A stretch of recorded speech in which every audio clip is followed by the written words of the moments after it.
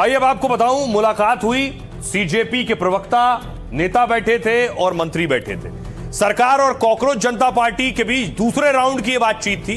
केंद्रीय मंत्री जेपी नड्डा और इस बैठक में जितेंद्र सिंह शामिल हुए। सीजेपी की तरफ से सौरभ दास और आशुतोष राका इस बैठक में मौजूद थे।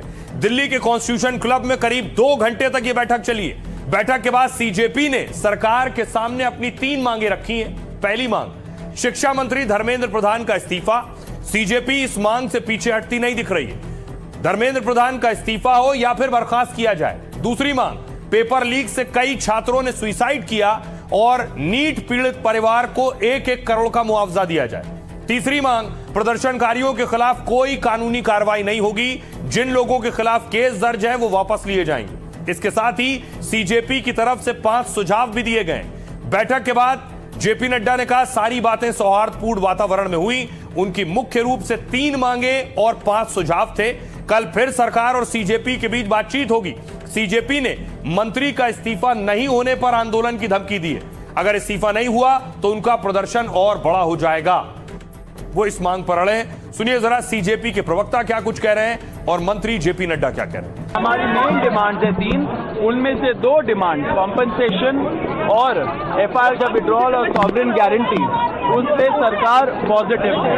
हम लोगों ने बोला कि दिल्ली पुलिस के द्वारा बहुत सारे यंग लड़के लड़कियां जो युवा है इस देश के, उनको कल रात से पूरे दिन और आज भी डिटेन किया जा रहा है कोई भी रीजन के बगैर। उन्होंने बोला कि ऐसा कुछ तो नहीं हो रहा है, लेकिन अगर हो रहा है तो उन्होंने आश्वासन दिया है कि ऐसा नहीं होगा। उनकी बातें हमने सुनी, बातें सौहार्दपूर्ण वातावरण में हुई।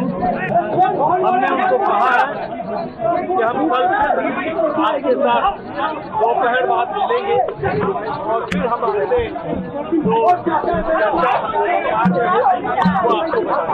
एक सेंटीमेंट है, वो बहुत क्लियर सेंटीमेंट है that Dharmendra Pradhan has to resign और he needs to be sacked. सरकार से इस बारे में विस्तृत चर्चा हुई है।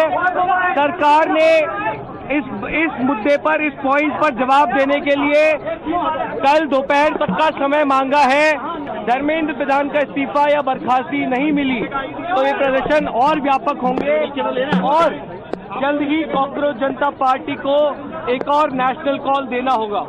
हम उम्मीद करते हैं कि सरकार जल्द से जल्द धर्मेंद्र प्रधान को बर्खास्त करेगी या वो इस्तीफा देंगे और इस मामले को हम एक कंक्लूजन की ओर लेकर जा पाएंगे। तो सीजेपी की एक मांग है, पहली मांग और बड़ी मांग यह कि किसी भी कीमत पर शिक्षा मंत्री धर्मेंद्र प्रधान इस्तीफा दें। लेकिन सरकार बिल्कुल क्लियर है। सूत्र यह बता रहे हैं कि शिक्षा मंत्री का इस्तीफा सरकार नहीं लेने जा रही है। देखिए क्यों। शिक्षा मंत्री धर्मेंद्र प्रधान के इस्तीफे पर पहले तो विपक्ष अड़ा है। इसको लेकर संसद की कार्रवाई 5 दिन से ठप है। कॉकरोच जनता पार्टी की भी पहली बड़ी मांग यही है। वो धरने से तब तक नहीं हटेंगे जब तक इस्तीफा ना हो जाए। लेकिन मोदी सरकार इस मांग पर बैकफुट पर नहीं जाना चाहती।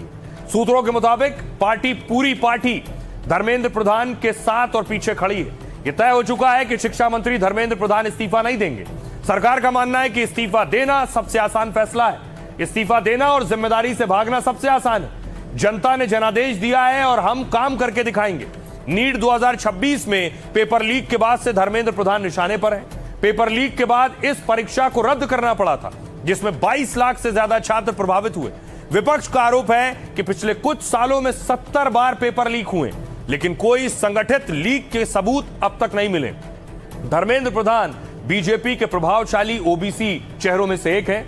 ओडिशा में बीजेपी की जीत में प्रधान ने बड़ी भूमिका निभाई। धर्मेंद्र प्रधान के परिवार के आरएसएस से बहुत पुराने संबंध रहे हैं। धर्मेंद्र प्रधान ने 1984 में एबीवीपी से राजनीतिक यात्रा शुरू की थी। सरकार किसी दबाव में धर्मेंद्र प्रधान को बलि का बकरा नहीं बनाना चाहती। पहले भी मोदी सरकार ने कई मंत्रियों के इस्तीफे की मांग उठी, लेकिन सरकार ने किसी भी दबाव में आकर मंत्री का इस्तीफा नहीं लिया। सियासतदान ये मानते हैं और कि इस्तीफा लेना यानी जिम्मेदारी मानना भी है और इससे विपक्ष का दबाव और बढ़ता है। सुनिए सियासतदान क्या कह रहे हैं। हमने पोजीशन क्लियर कर दी है, स्टूडेंट्स ने पोजीशन क्लियर कर दी है। जो उनकी मांग है उसे हम रिपीट कर रहे हैं। Dharmendra Pradhan is a criminal education minister. He has to be removed. He is a symbol of the collapse of our education system. He has to go. He is the reason. He is the reason my brother has got shot. He is the reason thousands of people are outside. He has to go. ऐसा bill आएगा जिसमें कि paper leak करने वालों की रूह और पीढ़ियां कांप जाएगी। माननीय प्रधानमंत्री जी ने उसी बात को स्पष्ट तौर पर कहा है। माननीय प्रधानमंत्री जी लगातार हम लोगों को बोल रहे थे, ट्यूसडे की मीटिंग में भी बोले, लगातार बोल रहे थे कि इसके लिए अलग से कानून लाएंगे और बड़ा स्ट्रिंजेंट कानून लाएंगे। रीशफलिंग कैबिनेट में चाहिए थी और एजुकेशन मिनिस्टर का इस्तीफा चाहिए था। इसलिए देश में आग लगी है। देश भर में जो आग लगी है उसका कारण अगर प्रधानमंत्री को मालूम नहीं है तो मुझे लगता है प्रधानमंत्री जी ने राहुल गांधी जी से बात करनी चाहिए। ये कहीं ना कहीं जख्मों पे नमक छिड़कने वाली बात है कि जो बात कही जा रही है उनका उसको आप टोटल इग्नोर करें और आप नई बात लेके आएँ। तो मैं समझता हूँ कि हमारी मांग है विपक्ष की कि पहले इस्तीफा फिर चर्चा। कि धर्मेंद्र प्रधान का इस्तीफा होना चाहिए, वो इसीलिए भी होना चाहिए कहीं ना कहीं अकाउंटेबिलिटी और जिम्मेदारी सेट होनी ही चाहिए, जिससे कि अगली बार ये चीज़ नहीं रिपीट हो। क्योंकि 2024 में भी पेपर लीक हुआ था, इसी तरह बच्चों ने खुदकुशी करी तो फिर क्या हुआ था? आज हम कहाँ खड़े हैं 2024 की रिपोर्ट को लेके? तो सरकार तो खाली लीपा पोते की बात करेगी। क्यों राहुल गांधी को प्राइम मिनिस्टर बनना है तो प्राइम मिनिस्टर की ये क्या बेवकूफ़ी है? मतलब कौन तो नीट की बात कर रहा है, यहाँ उसको प्राइम मिनिस्टर बनना है तो प्रधानमंत्री अपनी गद्दी छोड़ के ये राजा बाबू को जो है गद्दी पे बिठा दे। ये कहा की मांग होती है? तो ये he is a joke. Too little too late. प्रधानमंत्री जी की समझ में अब कुछ नहीं आ रहा। He has lost the plot. उनके इर्द गिर्द के लोग ही उनको समझा नहीं पा रहे हैं छात्र और युवा क्या चाहते हैं। 1, 2, 3 if you don't listen to them you are gone. सरकार धर्मेंद्र प्रधान का इस्तीफा नहीं ले रही, लेकिन फिर सरकार कैसे निपटेगी प्रदर्शन से? प्रधानमंत्री नरेंद्र मोदी ने रात को 12 बजे के आसपास एक वीडियो संदेश जारी किया। फास्ट ट्रैक कोर्ट और कठोर सजा के प्रावधान के साथ का ये मुसद्दा कैबिनेट में चर्चा होगी। कैबिनेट के साथियों के सुझाव के बाद उसका अंतिम रूप दिया जाएगा। जल्द से जल्द उस बिल को सदन में पारित कराने का प्रयास किया जाएगा। फास्ट ट्रैक कोर्ट और तो प्रधानमंत्री नरेंद्र मोदी ने देर रात यह वीडियो जारी किया छात्रों को संबोधित करते हुए। तो पीएम ने क्या कहा इस वीडियो में? पेपर लीक और छात्रों के हित में पीएम मोदी बड़े कदम उठा रहे हैं। उन्होंने कहा छात्र आंदोलन के बीच मोदी ने आधी रात को यह वीडियो संदेश जारी किया।